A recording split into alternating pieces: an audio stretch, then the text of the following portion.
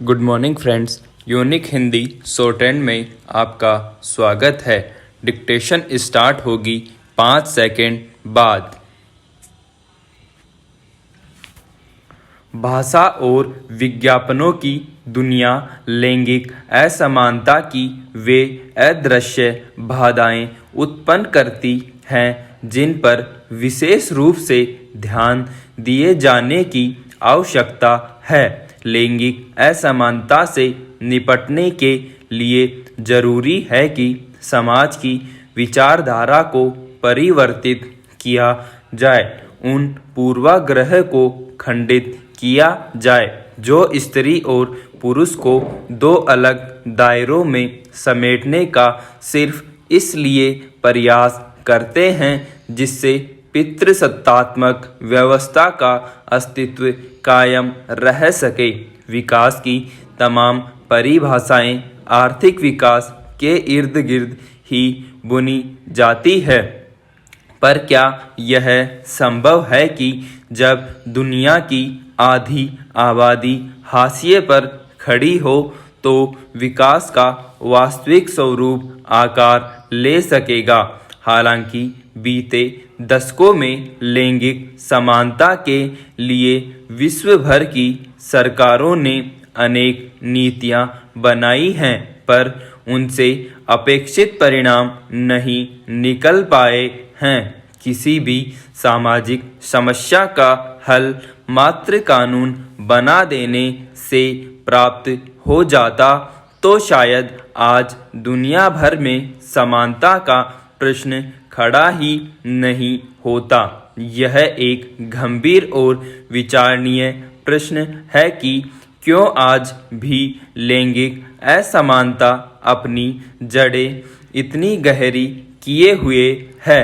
स्पष्ट है कि यह सत्ता का संघर्ष है जिसे किसी भी स्थिति में पितृसत्तात्मक समाज छोड़ने को तैयार नहीं है। सत्ता और प्रभुत्व आर्थिक संसाधनों के नियंत्रण से ही प्राप्त होते हैं।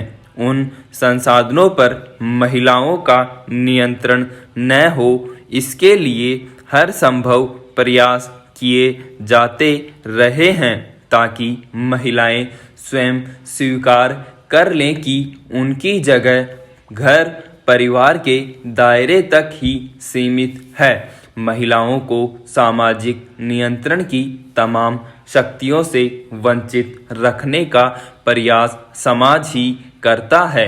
एक सामाजिक प्रक्रिया के बतौर श्रम के लैंगिक विभाजन के फलस्वरूप महिलाएं भी सामाजिक लिंग रचनाओं को अपने मन मस्तिष्क में बिठा लेती है या यह उनके सोच का हिस्सा बन जाती है, जिससे समाज के संस्थागत और वैचारिक तंत्रों के जरिए महिलाओं के श्रम और उनकी उपयोगिता का योजनाबद्ध अवमूल्यन पितृसत्ता के तंत्र को मजबूत बनाता है। यह वैचारिक तंत्र भाषा की मजबूत पकड़ के साथ स्वयं को जोड़कर महिलाओं को उनके मूल्यहीन होने का एहसास दिलाता रहता है। Oxford research in encyclopedia of communication के अनुसार भाषा समाज में लैंगिक असमानता को बढ़ाने का सबसे सशक्त माध्यम है। हाल ही में ब्रिटेन की मैनचेस्टर यूनिवर्सिटी ने लैंगिक असमानता के शब्दों पर रोक लगाने की पहल की है। वह उन शब्दों को व्यवहार में लाने को प्राथमिकता दे रही है जिससे लड़का और लड़की में भेद न झलके। यूनिवर्सिटी ने कहा कि बोलचाल और आधिकारिक कामों में मैन पावर की जगह वर्कफोर्स, मैनकाइंड की जगह ह्यूमनकाइंड, मैन मेड की जगह आर्टिफिशियल जैसे शब्दों का प्रयोग हो। भाषा न केवल व्यक्तित्व निर्माण पर गहरा प्रभाव डालती है बल्कि मानव व्यक्तित्व के प्रकटीकरण में अहम भूमिका भी निभाती है।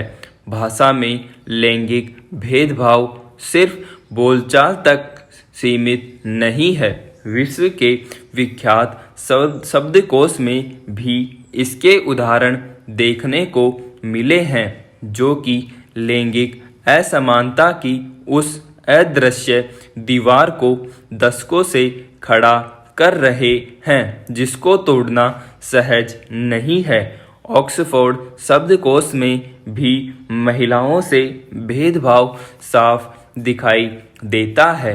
इसमें उदाहरण देकर महिलाओं को पुरुषों के अधीन बताया गया है।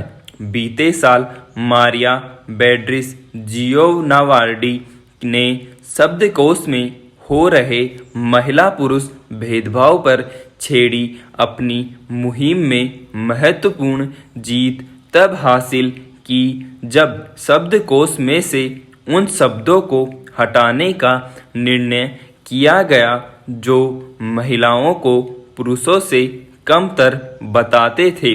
मसलन, महिलाएं हमेशा से नर्स या सेक्रेटरी की भूमिका में दिखती हैं, वहीं पुरुषों के लिए ये शब्द थे ही नहीं। बीते वर्ष यूनेस्को बेसिक शिक्षा निगरानी रिपोर्ट ने भी यह दावा किया था कि स्कूली पाठ्यक्रमों में आधी आबादी को कम आंका जाता और पुरुषों की तुलना में उनकी छवि हल्की रखी जाती रही है। जैसे पुरुषों को डॉक्टर तथा महिलाओं को नर्स के रूप में दिखाया जाता है। महिलाओं को केवल भोजन, फैशन या मनोरंजन से संबंधित विषयों में दिखाना, महिलाओं को स्वैच्छिक भूमिका में और पुरुषों को वेतन वाली नौकरियों में दिखाना लैंगिक असमानता को बढ़ावा देना है। विद्यालय वातावरण और शिक्षण व्यवहार घोषित तौर पर लैंगिक असमानता को प्रोत्साहित तो नहीं करते, पर विद्यालय में छिपी हुई लैंगिक असमानता पाठ्यक्रम का हिस्सा बन जाती है। यह पाठ्यक्रम का वह स्वरूप है जिसके तहत स्कूली तंत्र और समाज द्वारा मान्यता, मूल्य और सूचनाएं बच्चों को प्रभावित करती है। विद्यालय जीवन में औसतन और पुरुषत्व को गढ़ने वाले विद्यालय के अंदर होने वाले व्यवहारों के प्रतिरूप लैंगिकता के छिपे पाठ्यक्रम के लिए पृष्ठभूमि का कार्य करते हैं। यह प्रतिरूप एक तरह के लैंगिक विषय कायदे गढ़ते हैं। यह आश्चर्यचकित करने वाला तथ्य है कि जिन क्षेत्रों में सार संभाल या देखभाल जैसे कार्यों का बोध होता है, वे महिलाओं से ही जोड़कर देखे जाते रहे हैं। वहीं जब शारीरिक बल का बोध हो तो वहाँ मैन पुरुष शब्द का प्रयोग किया गया है। विश्व भर में कृषि का आधे से अधिक काम करने वाली महिलाओं के अस्तित्व को ही नकार दिया गया है और जहाँ भी किसान शब्द का प्रयोग होता है तो वह पुरुष का ही परिचायक होता है। वहीं पुरुषों के समकक्ष शारीरिक बल का प्रयोग करते हुए सड़कों से लेकर निर्माण कार्यों के बीच लगी महिलाओं के श्रम को मूल्यहीन मानते हुए साइन बोर्ड में मैन एट वर्क पुरुष सत्तात्मक व्यवस्था को बखूबी बयान करता है।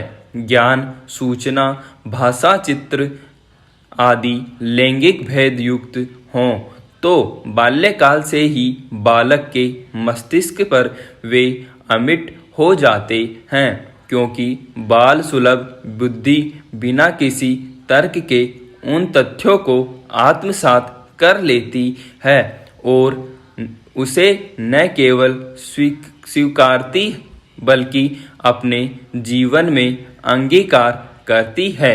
यही कारण है कि मानव संसाधन विकास मंत्रालय ने प्राथमिक शिक्षा के दिशा निर्देशों में लैंगिक समानता की सिफारिश की। राष्ट्रीय शैक्षिक अनुसंधान एवं प्रशिक्षण परिषद ने कहा कि लैंगिक रूढ़ियों को प्ले स्कूल के स्तर पर ही खत्म किया जाना चाहिए ताकि यह सुनिश्चित किया जा सके कि बच्चे जब बड़े हों तो वे लिंग के आधार पर पक्षपात न करें।